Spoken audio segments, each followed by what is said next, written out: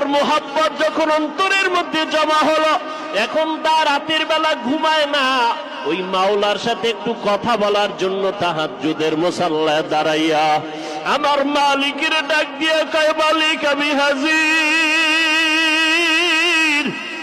ও আল্লাহ, তুমি আমারে কই, তুমি আমারে কই তালাশ করো, আমি তো তোমার মোহাব্বতে যায় নামাজে হাজির হয়ে গেলাম। আমার মা ঘুমায়, আমার ভাই ঘুমায়, আমার বন্ধু ঘুমায়, আমি ঘুমাই না রে আল্লাহ। আমি তোমাকে পাওয়ার জন্য তোমার মোহাব্বতে যায় নামাজে দাঁড়ায় গেলাম। আল্লাহ পাক বলে, বান্দা তুই আগাইতে থাক, আমি আল্লাহ রহমতের দরজা খুলে দিতেছি। আল্লাহ পাক বলেন, বান্দা যখন তুই আমাকে ডাকতে থাকবি, আমি আল্লাহ পাক তোমার সাথে এমন দেখাই করব। ওয়া নাহনু আকরাবু ইলাইহি মিন হাবলিল ওয়ারিদ ফাআইনামা তুওয়াল্লু ফাসাম্মা ওয়াজহুল্লাহ। ও বান্দা, তুমি যেদিকেই তাকায় দেখবা সেদিকে আমি মাওলা পাকের কুদরত দেখতে পারবা।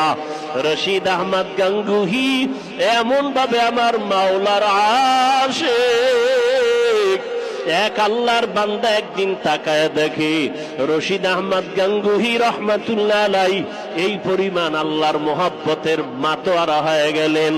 রাতের গভীরে দেখে শুধু রুমের মধ্যে জিকিরের আওয়াজ শোনা যাইতেছে, কোনো মানুষ দেখা যায় না।